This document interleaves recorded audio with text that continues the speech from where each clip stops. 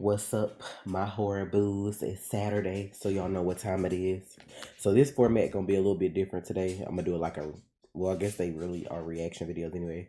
But I'm gonna drop two on y'all today. This first one is 10 dark 90s cartoon theories that'll ruin your childhood. I'm sure I probably heard of some of these before since I've watched a lot of 90s cartoons. So with that being said, let me bring this up, and we're gonna see. Feel like it says the premium, but I think this is like a watch. No, this is screen rant. Okay, but I'll try to remember to put the links in the description. And don't forget, even though it's maybe formatted a little different in the video, it's still Saturday Scares or Conspiracy Saturdays, however y'all want to do it. So if y'all have a video y'all want me to react to, either put the name of it in the comments or message me on Twitter. I feel like I see it better on Twitter, but let's get into this and see what happens. For many millennials, watching cartoons in the 90s was the best thing ever. Yes. We have many fond memories of dozens of hit cartoons and characters, some of which still resonate today. But despite how awesome 90s cartoons are, there are, of course, crazy internet theories about them.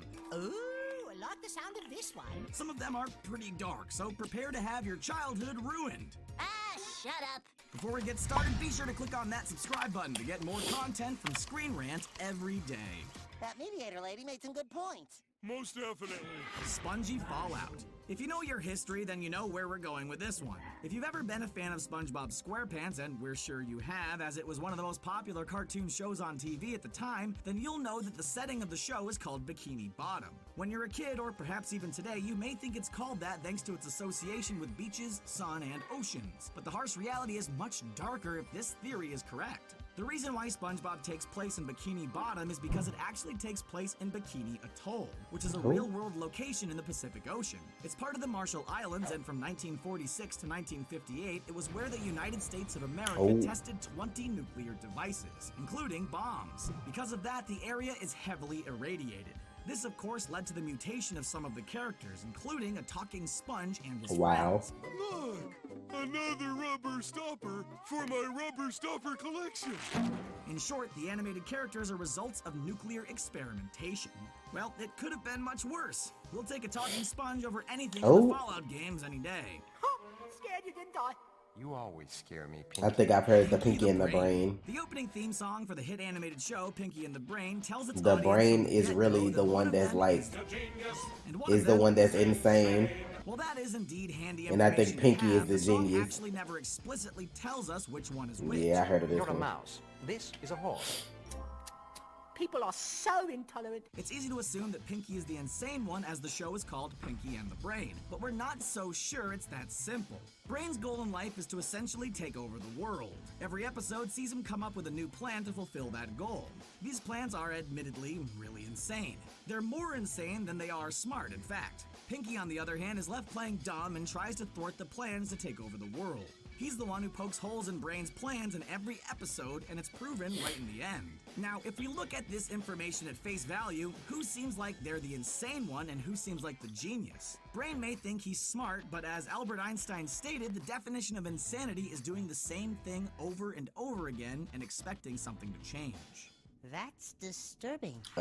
Curious case of Ed and This one Eddy. was kind of dark This if they do the theory right pulls no one. punches with its fan base. In short, Let it me suggests see. that these slightly moronic and troublesome children found in the show Ed, Edd and Eddy are in fact dead. Yep. Yikes. So how is it that we And have they a in cartoon purgatory. based on their exploits?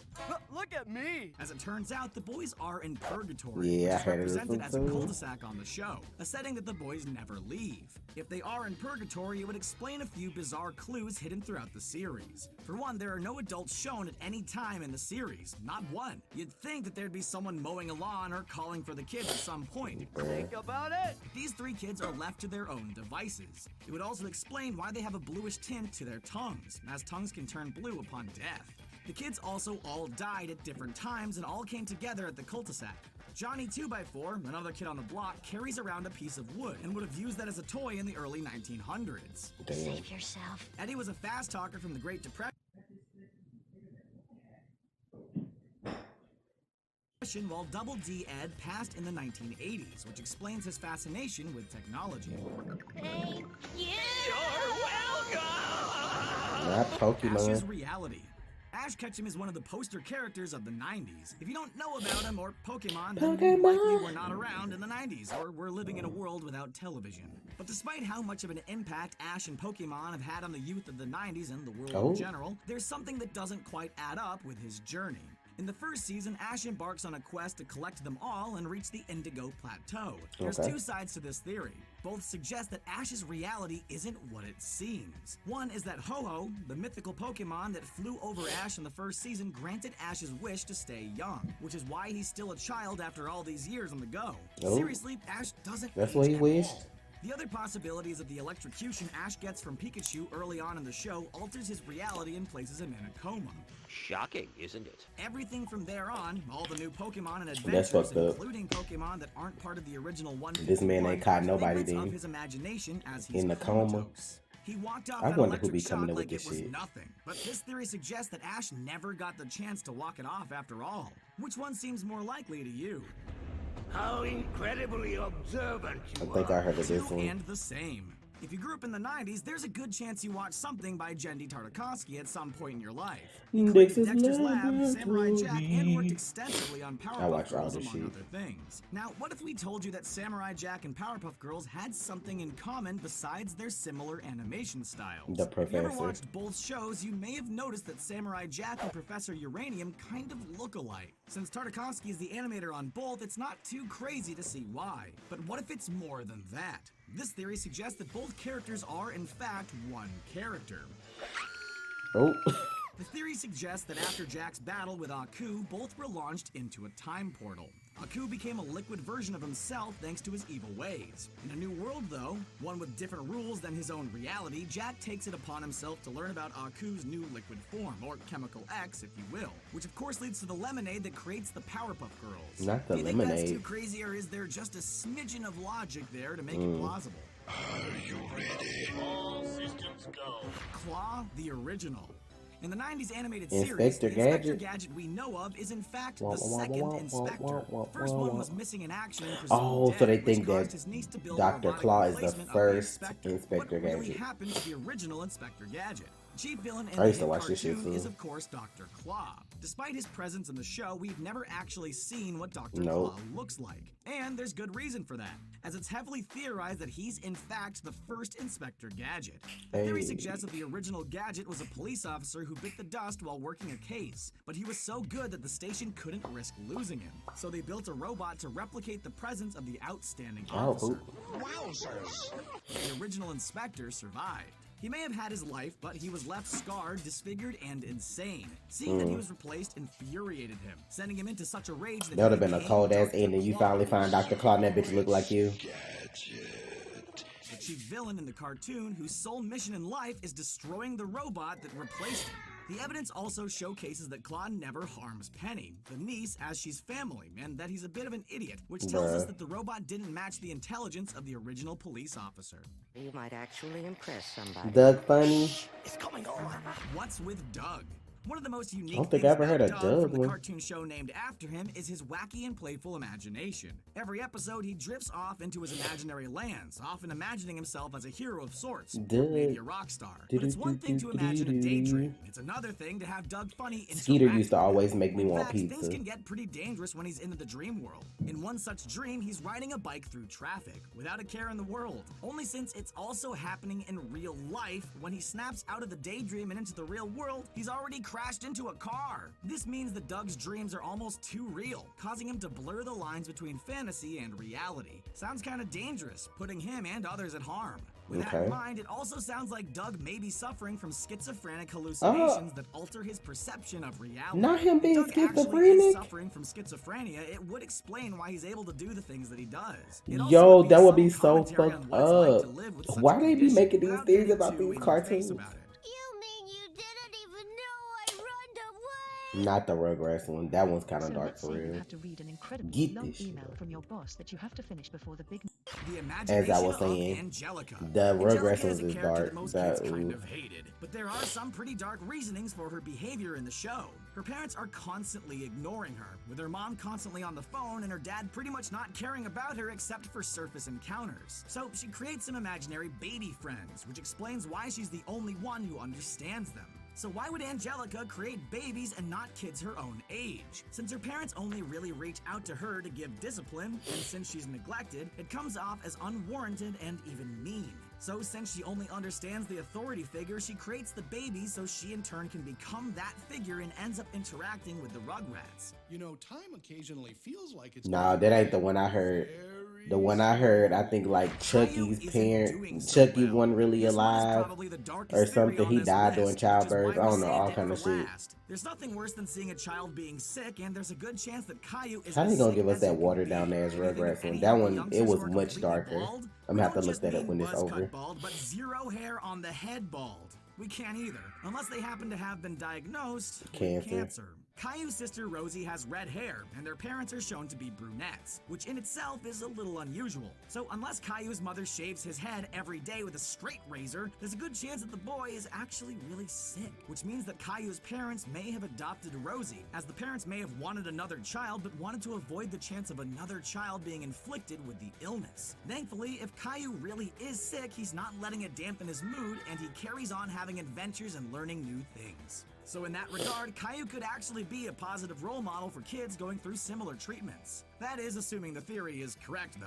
But we don't think Caillou's mom is that mean to shave his head every single day. Which dark theory do you think is most likely to actually be real? Which one is completely nuts and has no chance of being real at all? Let us... No, we not gonna do that.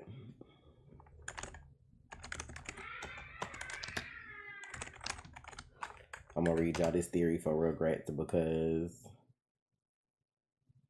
okay, because they gave y'all the watered down version. I'm gonna tell you the one I heard.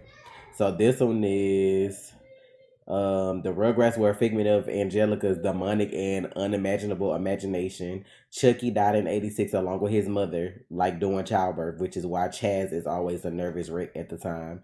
Tommy was born in '88 but was stillborn, which is why Stu is constantly in the basement making toys for the son he never had a chance to live. This the one that I heard first because I was like, that's some dark shit. Like whoever made things about all these babies, that shit was dark. So the DeVilles, which I think is the twins' parents, right? They had an abortion in 1990. Angelica couldn't wait. No, who is the DeVilles? Yeah, that's right. They had an abortion, so that's why Angelica couldn't figure out whether it was a boy or girl, and she made twins.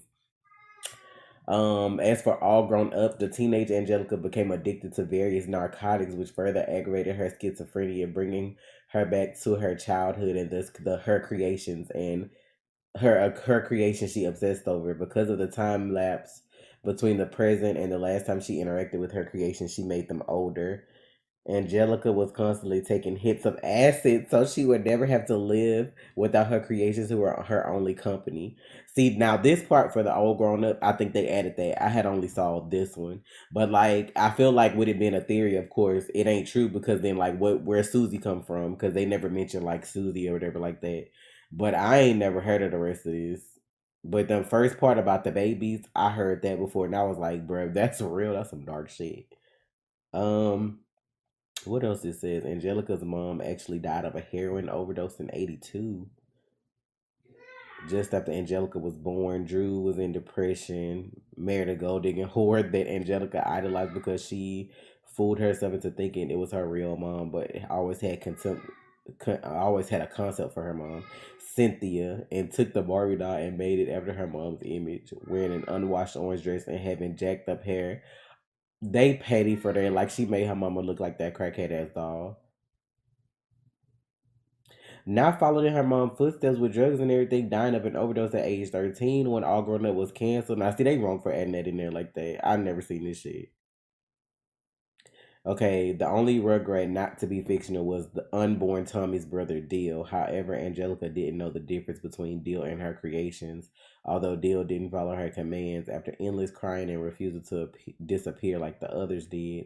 When Angelica was angry with him, she hit him. Due to this, he sustained a brain hemorrhage, which resulted in a deformation. That's why they trying to say the baby head like that.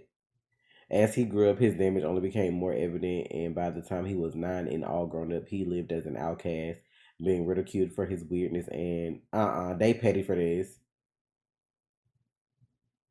See, I never watched All Grown Up. I think I might have seen it maybe like once or twice. I don't even remember what year that came out, but like I went over Rugrats, but like I'm like, why y'all grow them up like that?